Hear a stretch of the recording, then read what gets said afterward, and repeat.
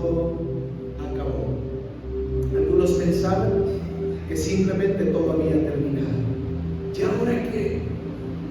¿Ahora qué sigue?, se preguntaban unos a otros. ¿Regresamos a nuestra vida habitual, a lo que antes hacíamos? ¿O qué debemos hacer? El cuerpo del maestro fue a parar a una cueva, una tumba, muerto. Jesús había muerto. 3 cruces, un monte, algunos soldados romanos y uno que otro de aquellos que habían escuchado su mensaje quedaron como testigos de lo que le sucedió al rey de los judíos. No más multitudes, no más milagros, no más enfermos sanados, no más leprosos siendo limpiados, no más cojos saltando de alegría al quedar sanos, no más endemoniados siendo liberados, no más ciegos recobrando la vista. Se acabó, eliminamos el problema, pensaron los líderes religiosos. Los discípulos atemorizados, confundidos, escondidos, desconsolados y llenos de preguntas. Y uno de ellos recordaba cómo apenas hacía una semana, unos días, habían sido testigos de cómo la gente aclamaba a Jesús entrando en la ciudad de Jerusalén, montado en ese burrito prestado. Cómo gritaban llenos de emoción: ¡Hosana! ¡Bendito el que viene en el nombre del Señor! Y ahora el silencio llenaba ese lugar donde unas horas antes habían compartido el pan y el vino. Y aunque Jesús se los había anticipado, no lo habían entendido por completo. Jesús y los discípulos se sentaron juntos a la mesa. Jesús dijo: he tenido muchos deseos de comer esta Pascua con ustedes antes de que comience mi sufrimiento. Pues ahora les digo que no volveré a comerla hasta que sus significados se cumplan en el reino de Dios. Qué palabras tan llenas de verdad, qué palabras tan quizá llenas de confusión para los que las estaban escuchando, y quizá incluso para ti pudieran sonar algo confusas. Pero Jesús dijo: no volveré a celebrar la Pascua hasta que el significado de ella se cumpla en el reino de Dios. ¿Y cuál es el significado de la Pascua? ¿Qué se celebraba en la fiesta de la Pascua? Que un cordero fuera sacrificado, que sangre fuera derramada para redención de pecados. Y ahora Jesús está anunciando que su sufrimiento va a comenzar en breve y que tiene muchas ganas de celebrar esa cena, esa celebración, esa Pascua, porque será la última hasta que no se cumpla su verdadero significado, y era que Él mismo, como el Cordero de Dios, se entregara para perdón de pecados, y su sangre, cada gota de su sangre fuera derramada para que tú y yo pudiéramos obtener la libertad, el perdón de nuestros pecados y la redención. Hoy recordamos, amigos y amigas, hoy recordamos, agradecemos y damos gloria y honra a Jesús por lo que hizo por nosotros al entregarse a sí mismo y morir en esa cruz. Ahora, la Pascua, queridos amigos, ya préstame tu atención, por favor, se ha desvirtuado de una manera tan fea.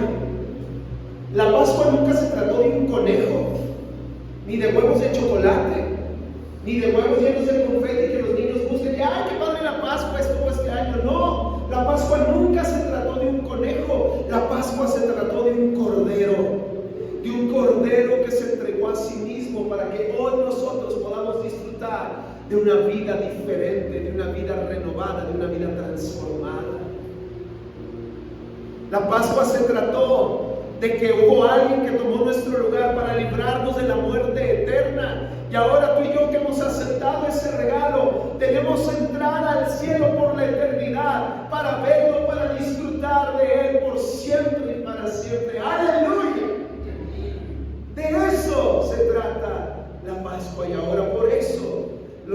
encontramos en este día. Ahora, hay ciertas verdades maravillosas que encierran todo lo que sucedió. Y hay varias cosas que quiero enseñarte hoy que a mí me han cambiado y me han dado una perspectiva diferente de ver el sacrificio de Jesús. Están en la cena, terminando de cenar. Jesús le dice a sus discípulos, ¿cuántos discípulos eran? 12 discípulos. Hasta ese momento eran 12 discípulos. Terminan de cenar y Jesús les dice: vénganse, muchachos, acompáñenme a un lugar al cual le encantaba ir a Jesús. Jesús visitaba este lugar muy seguido y era el Monte de los Olivos. Y en el Monte de los Olivos hay olivos, ¿verdad? En el Monte de los Olivos hay olivos. Y si hay olivos, hay sombra.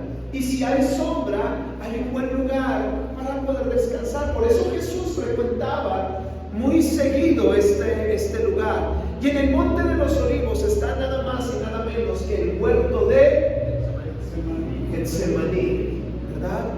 Ahí está este huerto donde Jesús invita a sus amigos. Y hay una simbología maravillosa, porque a veces pensamos, pues Jesús fue porque estaba y ahí se puso a orar. No. Hay un significado tan hermoso que hoy te quiero enseñar.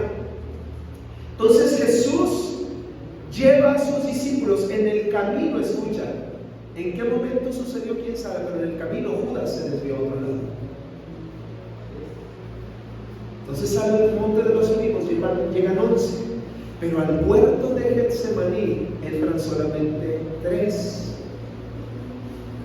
los 3 más cercanos. Ahora, el Getsemaní, el Gachmanim, como se dice en hebreo, Gachmanim, quiere decir prensa de aceite. ¿Okay? Recordemos, había olivos, los olivos que dan aceitunas, y de las aceitunas se saca el aceite. Tenemos que entender algo, en un lugar de trabajo, los agricultores de las olivas o de las aceitunas, ahí trabajaban. Este lugar, Gachmanim, quiere decir prensa de aceite. ¿Por qué Jesús, después de cenar, va ahí a un lugar público donde fácilmente puede ser arrestado?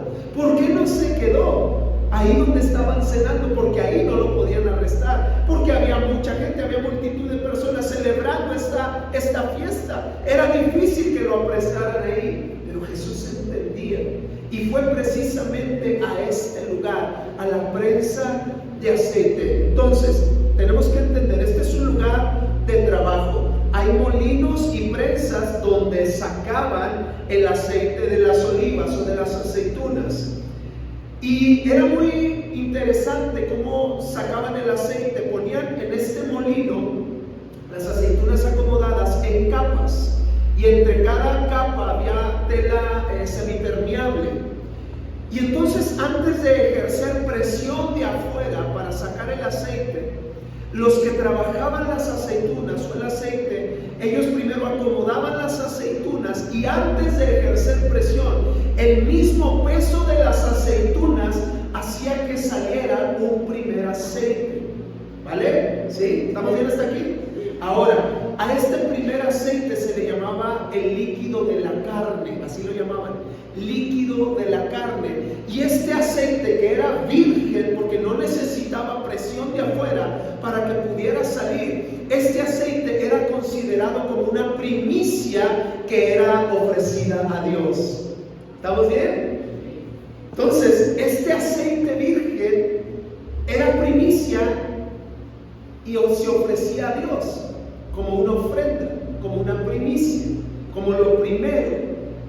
Jesús, al estar afligido hasta la muerte, dice, cuando Jesús estaba orando al Padre: si es posible que yo pueda evitar este sufrimiento, que así se haga. Y dice la palabra de Dios, escucha, que Jesús empieza a sudar, y su sudor eran como grandes gotas de sangre, dice la palabra. ¿Qué es la sangre? ¿Acaso la sangre no es el líquido de la carne? ¿Verdad que sí? ¿Qué está sucediendo? ¿Por qué Jesús fue ahí? Para cumplir algo que debía de cumplir. fíjese, Jesús está sudando sangre como primicia y ahí en ese momento Él se está ofreciendo a Dios. Y por eso dice que no se haga mi voluntad sino la tuya. Cuando yo leí esto me pareció fascinante, ¿verdad que sí? O sea, Jesús ofreciéndose a sí mismo, ¿verdad? Jesús se entregó como primicia y sacrificio a Dios. Cuando Jesús está orando, me encanta, amigos, y esto lo podemos encontrar en el Evangelio de Juan, capítulo 17. Pero la última, escucha por favor esto, la última oración que Jesús hace, Jesús oró por ti. Escúchame, la última oración que Jesús hace estando ahí en el huerto de Getsemaní la hizo por ti. Sí, por ti. Jesús oró y pidió al Padre por ti. Di, Jesús oró por mí. De verdad, Juan 17:20 dice: no te pido solo por estos discípulos, estos dormilones que se quedaron dormidos mientras Jesús oraba, ¿te acuerdas? ¿Verdad? No te pido solo por estos discípulos, sino también por todos los que creerán en mí por el mensaje de ellos. Aleluya. A mí me encanta pensar que cuando Jesús se estaba entregando a sí mismo, ahí estabas tú en su mente. Ahí estabas tú. Jesús estaba pensando en ti. Jesús estaba pensando en ti. Por muy horrible y tortuoso que fueron los golpes, la laceración en su espalda y todo lo que Jesús tuvo que padecer, fue terrible. Quizá ninguno de nosotros pudiéramos haber aguantado. Pero ¿por qué Jesús sobrellevó esto? ¿Por qué Jesús aguantó hasta la muerte? Por ti. Porque ahí estabas en su mente, porque ahí estaba pensando en ti. Por eso Jesús pudo aguantar. A Jesús no lo sentenciaron los líderes religiosos judíos, a Jesús no lo mataron los fariseos, a Jesús no lo mató Herodes, a Jesús no lo mató Pilato. No, Jesús escogió morir en la cruz. Jesús se entregó a sí mismo. Jesús fue sentenciado por su propio amor para ti y para mí. Wow. Anoche que yo estaba haciendo esto, mi corazón estaba conmovido porque pensaba en todas las burradas que yo había cometido en mi vida y que a veces cometí. Pensaba, Jesús murió por cada uno de esos pecados, por cada uno de esos errores, por cada uno de esos fracasos. Jesús no murió porque pues así tiene que ser. Ya. No, había una razón y esa razón eras tú. Tú eras la razón de recibir cada golpe, de recibir cada latigazo en su espalda. Jesús no murió, escucha esto, y esto me explotó la cabeza. Pero Jesús no murió en la cruz. Jesús murió en ese momento en el jardín, cuando escogió, cuando decidió, cuando dijo: no se haga mi voluntad sino la tuya. Cuando no abrió su boca, cuando lo juzgaron, cuando lo golpearon, cuando lo vituperaron, cuando se burlaron, cuando lo humillaron. Ahí Jesús murió. En la cruz fue consumado, como decíamos ahorita, y por eso ahí Jesús exclama: consumado es. Pero Jesús murió desde el momento en que Él eligió voluntariamente morir y entregarse por nosotros. ¿Estamos bien hasta aquí, amigos? ¿Tiene sentido todo esto? Me encanta verte aquí, de verdad, en un día tan especial. Fue Jesús quien, teniendo todo, se hizo nada, para que nosotros que éramos nada tuviéramos todo. Tuviéramos todo, amigos y amigas. Jesús eligió morir por ti que vivir sin ti. Qué maravilloso es lo que Jesús hizo. Y esa fue la noche, amigos, y por eso titulé a esta charla La noche en que todo acabó, porque préstame tu atención, por favor. Ciertamente esa fue la noche en que todo acabó. acabó. Esa fue la noche en que sí, se terminó, pero se terminó el reinado de la muerte, se terminó la esclavitud del pecado, se terminó la desesperanza, se terminó la derrota, se terminó para siempre la culpa y la condenación, se terminó para siempre la orfandad, se terminó el ser títeres de Satanás, se terminaron las cadenas que nos ataban a este mundo, se terminó para siempre la separación entre nosotros y Dios. ¡Aleluya! Ahí se acabó, ahí se terminó. Pensaban que ahí para ellos todo había acabado porque el maestro había sido crucificado, pero lo que no sabían es que lo que verdaderamente había terminado era el reinado de la muerte. ¡Aleluya! El castigo, la humillación, los golpes, los latigazos, los insultos, la corona de espinas en su cabeza, las burlas, la traición, la cruz, la cruenta y terrible cruz. Ese fue el precio que Jesús pagó.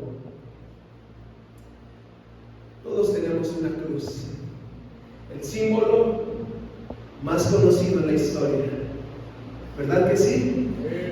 Todos de alguna manera tienes ahí colgada una cruz, o tienes dibujada una cruz, o tienes en tu casa una cruz.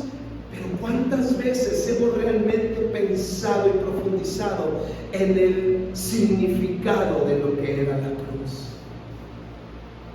El método de tortura más terrible de todos los tiempos, aquel donde el sentenciado, donde el condenado sufría por horas y horas y horas, un sufrimiento agónico que por más que el condenado quería morir, no podía morir, y ahí estaba siendo torturado.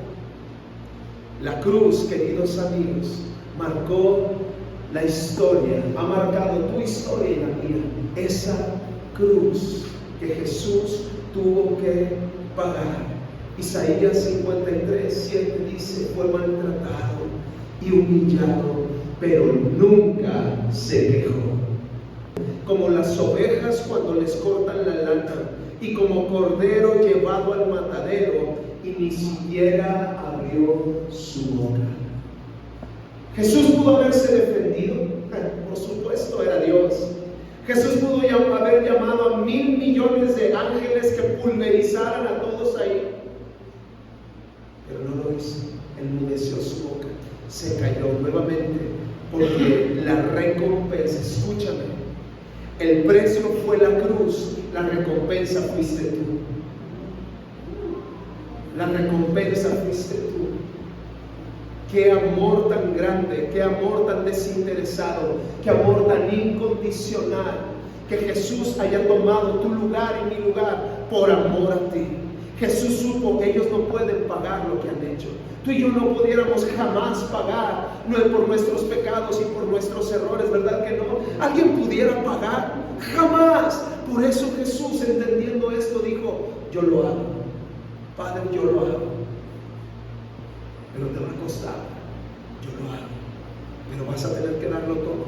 Yo lo hago, yo lo hago. Aleluya. Se dice que cada cruz estaba hecha a la medida de cada sentenciado. Esto yo no lo sabía. ¿Alguien sabía eso? Es muy interesante. Pero cada cruz estaba hecha a la medida de cada sentenciado que habría de morir en esa cruz. Ahora, antes de ir a la cruz, antes de ser crucificado, Jesús es puesto en el patio ante una multitud de personas para que las personas determinaran. O sea, los líderes religiosos, los líderes políticos estaban echando la bolita unos a otros. Los líderes religiosos lo mandaron con Pilato, Pilato lo mandó con Herodes, Herodes lo devolvió con Pilato, y así traían a Jesús toda la noche, hasta que lo ponen ahí en ese patio frente a esa multitud para ver qué opinaba el pueblo, lo que diga el pueblo. Y se acostumbraba que en el día de la Pascua soltaban a un reo. Y yo creo que Pilato dice, él sabía que Jesús era inocente, pero dice: voy a traer a uno de los malos. No creo que soltaban asesinos así nada más porque sí. pero traen a Barrabás, un asesino de lo peor, un verdadero criminal, para ver si la gente se compadecía de Jesús y soltaban a Jesús. Esa misma gente que días antes lo estaba vitoreando, que días antes le estaba dando la bienvenida a la ciudad, Hosana, bendito el que viene en el nombre del Señor. Imagínate, ahora le estaban gritando, crucifícalo. Yo no entiendo. Yo leo eso y no entiendo. Luego sacan a Barrabás, burlándose, un verdadero criminal, un asesino, alguien que merecía morir en esa cruz. ¿A quién escogen? ¿A quién quieren que soltemos? ¿A Jesús o a Barrabás? Suéltanos a Barrabás. No tiene sentido. Ahora, cuando Jesús, bueno, antes de esto hay algo muy interesante. Barrabás, el significado etimológico de su nombre es el siguiente, es Bar Abba, así se dice, Bar Abba.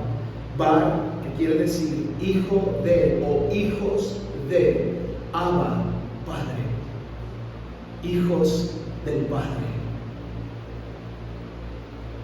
Me encanta pensar que el primero por el cual Jesús murió fue por Barrabás, por un verdadero culpable, por alguien que merecía sufrir la condena y el dolor de la cruz.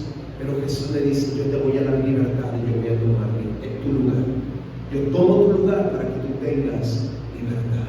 Bar Abba, los hijos del Padre. ¿Acaso no somos esos tú y yo? Qué interesante, ¿verdad? Cuando Jesús está siendo puesto en la cruz, tenían primero que amarrar sus brazos a la cruz para luego clavarlo. Uno de sus brazos ya estaba amarrado. Cuando tratan de amarrar el otro brazo para que quedara en la posición que tenía que quedar, era muy grande la cruz. No era una cruz que había sido diseñada o hecha para Jesús. Era una cruz más grande, tanto que tienen que jalar tanto el brazo para ponerlo que dislocan sus hombros en un dolor simplemente indescriptible. Jesús toma la cruz que no era para él. Jesús tomó la cruz que a ti y a mí nos correspondía llevar. Esa cruz había sido hecha muy probablemente para Barrabás, pero ¿qué dijo Jesús? Yo voy a tomar tu lugar, tú vas a tener libertad. Y me encanta pensar, esto no lo dice la Biblia, no hay registros de esto, yo solamente me gusta imaginar, y no quiero que sea una doctrina de esto, pero es algo que me gusta pensar, que Barrabás terminó creyendo en Jesús, que Barrabás terminó aceptando lo que Jesús había hecho por él. ¿Te imaginas? Así como tú y yo, que éramos completamente culpables y merecíamos el castigo eterno, pero ahora estamos aquí celebrando lo que Cristo hizo por nosotros, ¿verdad que sí? ¿Sí? Aleluya, aleluya. Tú y yo deberíamos de estar ahí, crucificados, golpeados, humillados, lacerados y sin una sola gota de esperanza. Pero era imposible que tú y yo pagáramos. Por eso el Padre envía a su Hijo a tomar nuestro lugar, porque Él sí que podía pagar de una vez y para siempre el precio que para nosotros era simplemente imposible. Escucha, Dios te dice, mi Hijo está tomando tu lugar para que tú tomes el lugar de mi Hijo. Aleluya. Mi Hijo tomó tu lugar para que tú tomes el lugar de mi Hijo. Miren con cuánto amor, dice su palabra, nos ha amado el Padre, para que seamos llamados hijos de Dios. ¿Por qué tú y yo podemos ser llamados hijos de Dios? Porque Jesús tomó nuestro lugar y nosotros tomamos el lugar del Hijo. ¿Sí tiene sentido esto, Dios? ¿Sí? Está muy serio, estamos procesando todo esto, ¿verdad que sí? Sí, ahora no es tiempo de... es un tiempo de reflexión. Consumado es, exclamó Jesús. Misión cumplida, deuda saldada, trabajo terminado. Y en ese momento, cuando Jesús exclama, consumado es, la tierra comienza a temblar. el cielo se oscurece, hay un silencio absoluto y en ese momento Jesús muere.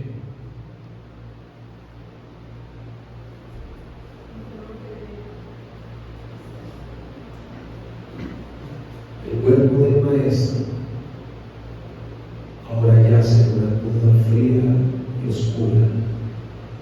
Es sábado y todo está en silencio. Parece que ya no hay nada que hacer. Parece que todo acabó. Pero el sábado, queridos amigos, es un recordatorio de aunque parece que todo terminó, Dios está obrando un milagro en tu vida. ¿Cuántos estamos viviendo quizá un sábado en nuestra vida donde parece que todo se ha acabado, donde parece que ya no hay esperanza, donde parece que es imposible? Pero aunque es sábado y parece que todo se acabó, Dios está obrando un milagro que estás a punto de ver, un milagro que estás a punto de vivir, un milagro que estás a punto de experimentar en tu vida. Era sábado, había silencio, no había nada que hacer. Todos pensaban que todo había acabado, pero venía el domingo. Venía el domingo, muchachos, me ayudan por favor. Venía el domingo, y aunque parece, amigo y amiga, en tu propia vida que todo está en tinieblas, escucha, el amor de Dios sigue estando presente en tu vida. No, parece que me escuchaste. Aunque parece que todo está en tinieblas, el amor de Dios sigue presente en tu vida. Amigo, amiga, por favor, escucha esto. Tranquilo, el domingo está por llegar. Tranquila, el domingo ya está por venir. Tranquilos, amigos míos, porque el domingo está a punto de amanecer. ¡Aleluya! ¡Aleluya! El domingo muy temprano, por la mañana, las mujeres fueron a la tumba llevando las especias que habían preparado. Encontraron que la piedra de la tumba estaba corrida a un costado. Entonces entraron. ¿Qué osadía? Estas mujeres iban preparadas para ungir un cuerpo inerte, un cuerpo sin vida, para poner aroma en este cuerpo para que no oliera feo. Y se atreven a entrar a esa tumba y lo que se llevan es una gran sorpresa. ¿Estás listo para la sorpresa que Dios tiene para ti? Tú que quizás has perdido la esperanza, tú que quizás has estado llorando, tú que quizás has estado desconsolado porque parece que no hay solución para tu problema, para tus circunstancias. Pero ahora vienes esperando que Dios mitigue un poquito tu dolor para que no huela feo. Pero lo que vas a salir de aquí teniendo es un milagro y es una sorpresa de parte de Dios para tu vida. ¿Qué sorpresa se llevaron estas mujeres? No entraron, pero no encontraron el cuerpo del Señor Jesús. Mientras estaban ahí perplejas, atónitas, sorprendidas, asustadas, de pronto aparecieron dos hombres vestidos con vestiduras resplandecientes. Las mujeres quedaron aterradas y se inclinaron el rostro en tierra. Entonces los hombres preguntaron: ¿por qué buscan entre los muertos a alguien que está vivo? Él no está aquí, ha resucitado. ¡Aleluya! Jesús está vivo. Jesús dejó su tumba para salvarte de tu tumba. ¡Aleluya! La tumba está vacía para que tú no estés vacío. La tumba está vacía para que el cielo esté lleno. ¡Aleluya! Y en esto descansa nuestra fe, amigos y amigas. En esto descansa en que Él venció la muerte. El cristianismo, nuestra fe, no inicia con una idea, con una ideología, con una filosofía solamente. Nuestra fe, el cristianismo, inicia con un evento. resurrección de Cristo, la resurrección de Jesús. Y aunque muchos pueden negar que Jesús resucitó, ellos no pueden, nunca podrán negar la influencia e impacto de Jesús en la historia. Jesús es mucho más que una filosofía o una religión. Jesús es la persona más conocida de la historia, que dividió la historia en dos, que nunca escribió un libro, pero se han escrito miles y miles de libros acerca de él. Que Jesús nunca compuso una canción, pero es de quien más canciones se han escrito. Es el único líder cuya tumba es famosa por lo que ésta no contiene adentro. ¡Aleluya! En la tumba de Mahoma están los huesos de Mahoma, ¿verdad? Pero en la tumba de Jesús no hay nada, está vacía, porque Jesús resucitó, porque Jesús vive, porque Jesús reina desde ahora y para siempre. Él es el Rey de Reyes y Señor de Señores. Él es el Alfa y Omega, el principio y el fin. Él es el arquitecto de la creación y creador de todo. Él es el Cordero y el León. Él es el Verbo hecho carne. Él es el deseado de las naciones. Él siempre fue, Él siempre es, Él siempre será. Él es inamovible, infalible, incorruptible. Él fue muerto y resucitado en poder y gloria. Su misericordia es eterna. Él es nuestro abogado ante el Padre. Él es admirable. Él es Dios fuerte. Él es nuestro Padre eterno. Es nuestro consejero. Él es el príncipe de toda paz. Él es el que muy pronto ha de venir. Él es nuestro Salvador y Señor. Por siempre a Él. Oh, vamos a Él. Por siempre exaltado es. Por siempre es vivo, vivo está, vivo está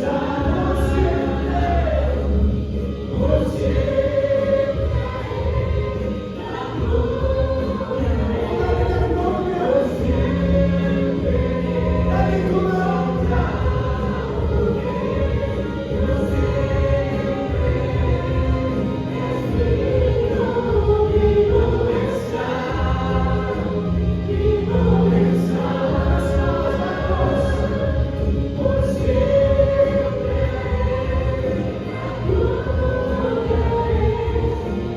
siempre.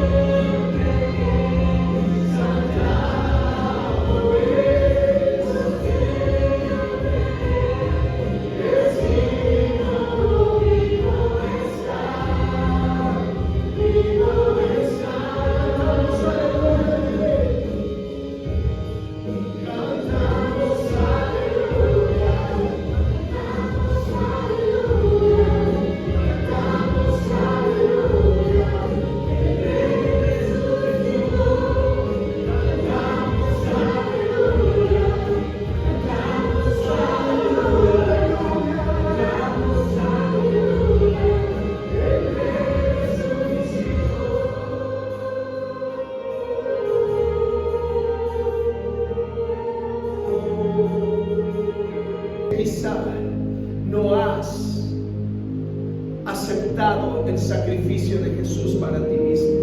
Escucha esto, por favor. Jesús vive, eso no tenemos ninguna duda. Jesús está vivo, ¿verdad que sí? La pregunta es, ¿Jesús está vivo en ti? Jesús vive, pero vive en mí. De nada sirve saber la realidad y la verdad de que Jesús está vivo si no está vivo en nosotros. De nada sirve, y esto solamente se puede entender y se puede comprobar en algo que nos dice su palabra. Escucha esto: cuando las mujeres fueron a ver la tumba y estaba vacía, dice que María lloraba desconsolada porque pensaba que se habían robado el cuerpo de su Señor. Pedro estaba sintiéndose lo peor por haber negado a Jesús. Tomás, dudoso de que Jesús hubiera resucitado, hasta que yo no lo vea, hasta que yo no toque las heridas en sus manos, voy a poder creer. Los que iban en camino a Emaús, preguntándose, confundidos, tristes. ¿Sí, amigos? Así como nosotros muchas veces vamos por la vida, sintiéndonos solos, tristes, desprotegidos, sintiéndonos sin esperanza, sin alegría, sin gozo, sin paz en nuestra vida. Pero es porque nos ha faltado algo. Lo único que pudo secar las lágrimas de María, lo único que pudo hacer que Pedro recobrara el llamado que Jesús le había dado, lo único que pudo hacer que estos hombres abrieran sus ojos en el camino de Emaús, lo único que pudo hacer que Tomás realmente creyera, fue algo que todos ellos tuvieron en común y que necesitamos tú y yo, y es tener un encuentro con Jesús resucitado. Ellos habían escuchado la noticia, ellos ya sabían la información de que Jesús estaba vivo, pero todos permanecían en la misma condición porque no habían tenido un encuentro con Cristo resucitado. Tú y yo podemos venir a la iglesia por años y puedes conocer la palabra, pero si no ha habido un encuentro con Cristo, nada va a suceder. Un encuentro con Cristo es lo que transforma la mente y el corazón de cualquier persona. Y es lo que necesitamos tú y yo para entonces poder vivir esta vida maravillosa que Dios nos ha ofrecido, tener un encuentro con Él. ¿Has tenido un encuentro con Él? Si no lo has tenido, esta es una excelente oportunidad. Cierra tus ojos. Gracias por estar aquí. Si este video fue de bendición para tu vida, imagínate lo que puedes vivir de manera presencial. Así que te invitamos y te animamos a que invites a alguien para estar con nosotros. Puedes seguirnos en nuestras redes sociales como Comunidad Atmósfera en Facebook, Instagram, TikTok y en nuestro canal de YouTube. Recuerda que en Comunidad Atmósfera cabemos todos. Dios te bendiga.